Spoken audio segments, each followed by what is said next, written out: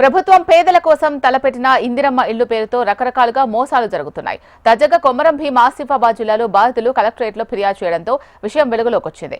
పేదవాడికి గూడు కట్టించాలి అన్న సదుద్దేశంతో ప్రతిష్టాత్మకంగా తలపెట్టిన ఇందిరమ్మ ఇల్లు పథకం అక్రమార్కులకు వరంగా మారింది. ప్రభుత్వ ఉద్యోగులు, ప్రైవేటు వ్యక్తులు ఇందిరమ్మ ఇల్లు పేరుతో దందా చేస్తున్నారు.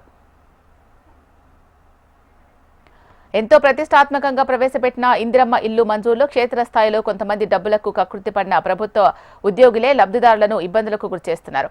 దహేగా మండలం కొత్తిమీర్ గ్రామ పంచాయతీ పరిధిలో శ్యామల, రోజా, పద్మ, లలితకు ఇందిరమ్మ ఇల్లు మంజూరైనట్లు పంచాయతీ కార్యదర్శి ముందుగా సమాచారం అందించారు. ప్రభుత్వం సొంతింటి కళ నెరవేర్చిందని పేదలు సంతోషించారు. అయితే 50,000 రూపాయలు చేతికిస్తేనే ఇందిరమ్మ ఇల్లుకు పేరు రాస్తామని పంచాయతీ కార్యదర్శి చెప్పడంతో పేదలు కంగుతున్నారు. చేసేదేవీ లేక బాధితులంతా కలిసి కలెక్టరేట్లో ఫిర్యాదు చేశారు.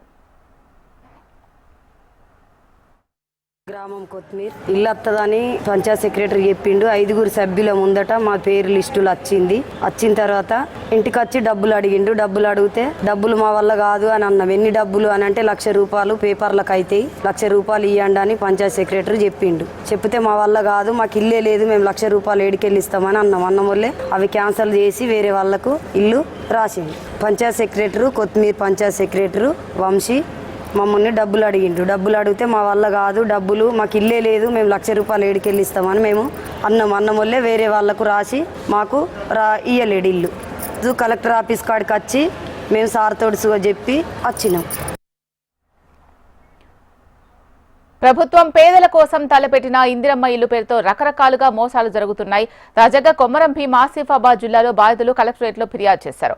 దీనికి సంబంధించి పూర్తి సమాచారం మా ప్రతినిధి గోపాలకృష్ణ అందిస్తారు. గోపాలకృష్ణ.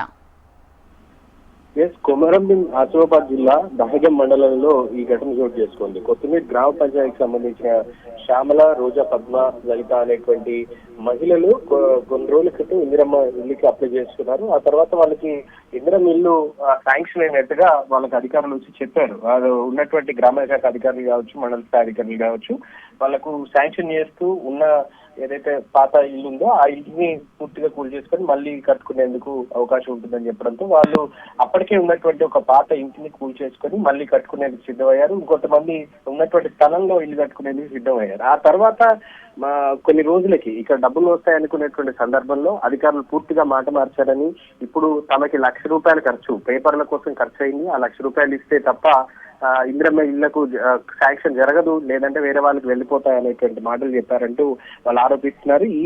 ఈ నేపథ్యంలోనే జిల్లా కలెక్టరేట్ లో వాళ్ళు ఫిర్యాదు చేశారు. అధికారులు మొదట్లో తమకు ఇందిరమ్మ ఇల్లు శాంక్షన్ అయ్యని చెప్పి ఇప్పుడు డబ్బులు అడుగుతున్నారు. 50,000 నుంచి 1,00,000 రూపాయల వరకు 50,000 నుంచి 1,00,000 రూపాయల వరకు డిమాండ్ చేస్తున్నారు అనేటువంటి విషయాన్ని వాళ్ళు ఫిర్యాదులో పేర్కొన్నారు. మరి అధికారులు దీంతో ఏం సమాధానం చెప్తారని చూడాలి.